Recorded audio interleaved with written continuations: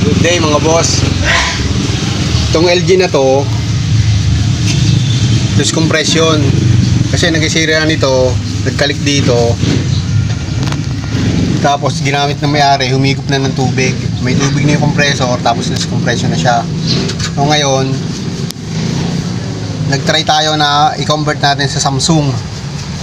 Hindi ko na pinakita sa inyo yung paghihinang, pagre-reprocess. Basta ang sikreto lang ng rep, pagka malinis ang system, 100% na yun, okay siya. Tapos, ito yung amperahe niya,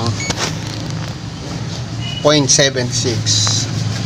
Ang pagkakaiba lang dito, yung terminal niya. Kung mapapansin nyo, yung terminal nito nasa baba, yung Samsung nasa taas. Hindi ko na papakita sa inyo kasi umaandar siya. Okay naman, ito yung may overload. So, ibig sabihin, pwede pala siya. Pwedeng i-convert.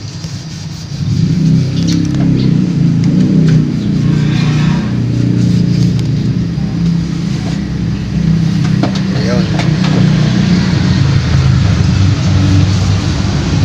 Ayun mga boss. LG, convert to Samsung, compressor.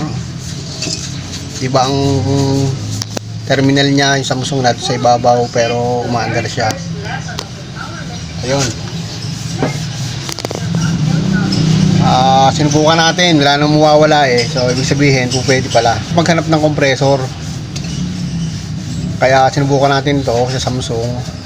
Pwede naman. Okay, ikutan mo, buksan mo yung loob. Pakita mo sa kanila.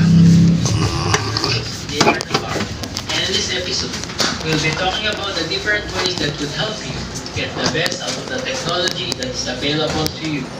We'll provide you with helpful tips and guidelines for safe communication life. Mga gusto magpa-repair ng rep, aircon, pwede ako, mag-text lang kayo o mag-comment. Thank you for watching.